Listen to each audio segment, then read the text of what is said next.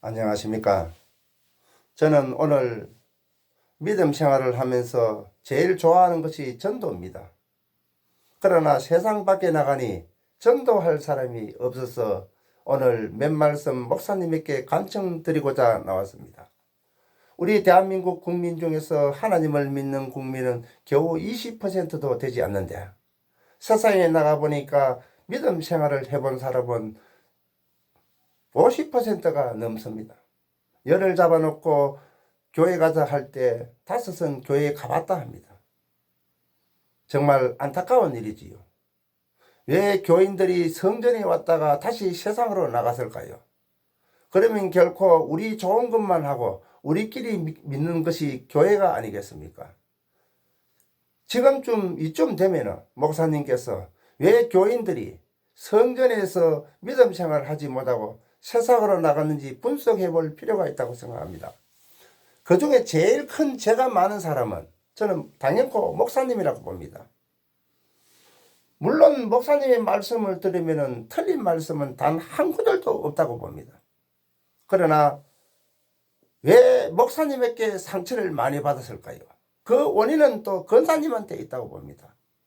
권사님이 모든 권사님들 또 집사님들 보면은 목사님만 보면은 우리 목사님 하니까 이 처음에 교회에 들어오는 사람이 자리를 잡을 곳이 없습니다. 목사님한테 우리 목사님 하고 새로 오는 성도에게는 잘 오셨습니다. 아이고 오시는데 수고 많이 했다고 감사하다고 하는데 왜 그 성도들이 돌아갈까요? 한 번쯤 분석해 볼 필요가 있다고 생각합니다. 저는 성도가 이 나라 하나가 익어서 머리를 숙이는 것까지 똑같다고 생각합니다.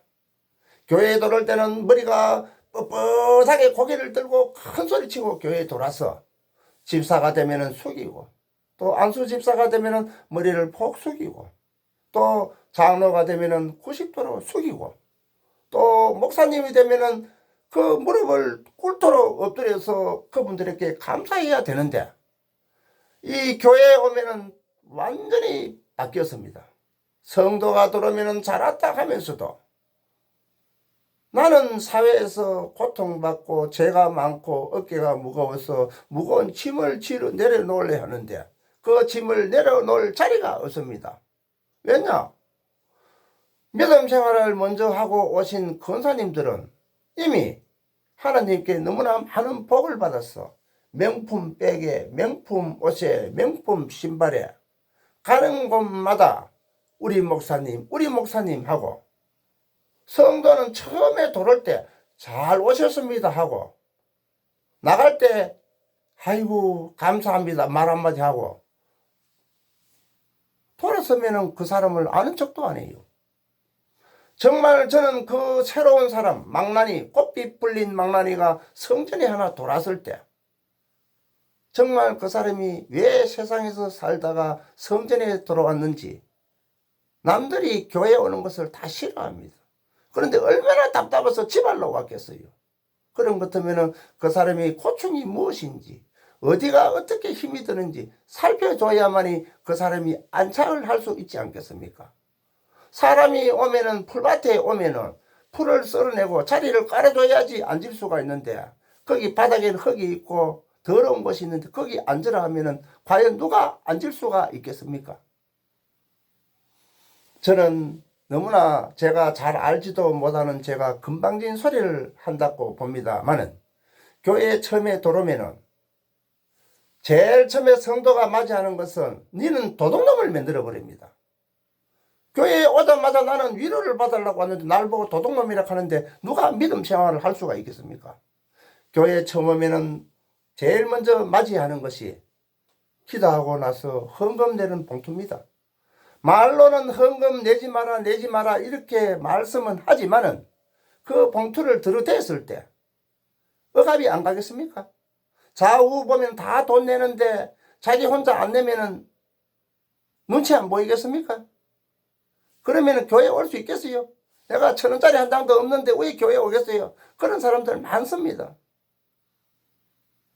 감사 헌금, 11조 헌금, 건축헌금, 선교헌금, 헌금의 종류가 얼마나 많은지, 아이 헌금 내는 것도 자율적으로 몇 개만 되는데 올라올 때마다 감사헌금, 추수감사헌금 하면서 또 크리스마스 헌금, 또 온갖 봉투를 미리 올라올 때 손에 쥐줘 보면은 그 사람이 얼마나 교회 올 때마다 압박을 받겠습니까?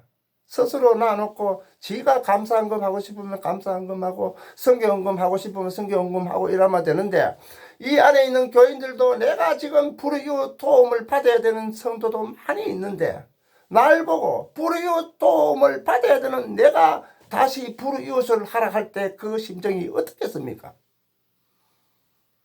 저는 감히 묻습니다. 어떠한 중소기업을 하는 큰 사장님이었지요. 그래서 저는 세상 밖에서 그 사람을 만났습니다. 그분이 말씀하셨습니다. 그분은 장로까지 하셨답니다.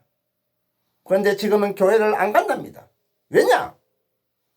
그분은 한 교회에서 20년, 30년 교회 생활을 하면서 수천, 수억의 교회 헌금을 했답니다.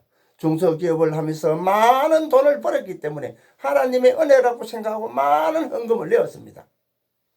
그런데 그 사람이 IMF의 사업에 부도가 올 곳이 없고 달새빵 하나 얻을 돈이 없었답니다. 그런데 그 교회에서는 그분을 말로는 위로하는 사람이 너무나 많았답니다. 내가 필요한 것은 물질인데, 당장 누워야 할 방인데, 당장 밥 한 그릇 사 먹어야 될 한 끼의 돈인데, 내가 부유할 때 낸 돈은 어느새 벌써 똥 다 대부고 사람들이 입술로만 아이고 힘들지요 힘들지요 한다네요. 내라도 상처받겠습니다. 나는 다 망해갖고 배가 고파갖고 교회 돌았습니다. 저는 그런 분들을 몇 분이나 만났습니다. 실족하신 분들을 많이 만났습니다. 왜냐? 나는 교회 가라고 오는 사람 가는 사람 만나면은 예수 믿으라고 입을 띄면 그런 분들을 많이 만납니다. 가령 자식이 아버지가 주시는 논밭을 팔아가지고 사업을 해가고 잘 나갔습니다. 그런데 잘 나갈 때는 부모의 은혜도 모르고 내가 배부르고 등 떠시니까 부모를 잘 찾아가지도 않고 불효 자식 행세를 했습니다.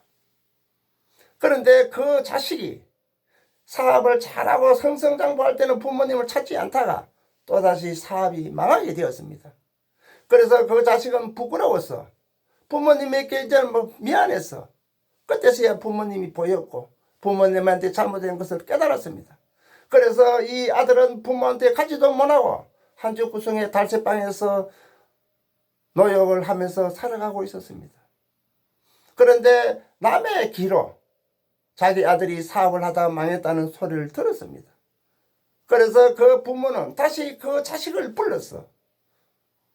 집을 또 팔고 논을 팔아서 다시 아들한테 재기하라고 그 불효 자식에게 다시 돈을 주고 새로 희망을 갖고 살아라고 하였습니다. 자, 이쯤 되면 어느 정도 지금 내가 살아있는 내 육신의 부모는 모든 것을 다 내어줬습니다.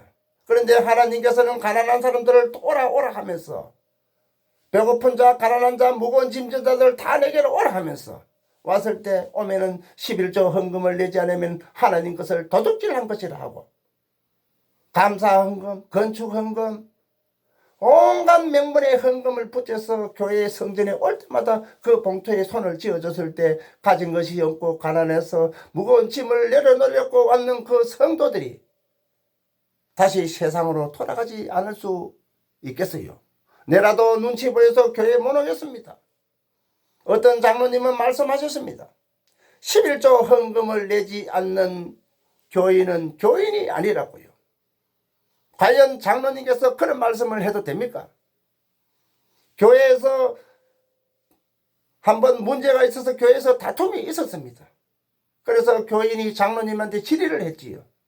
그래서 뒤에서 수근수근 거렸지요. 그런데 장로님께서 나와서 말씀하셨습니다. 감히 누가 장로한테 그런 말을 해요? 누가 했어요?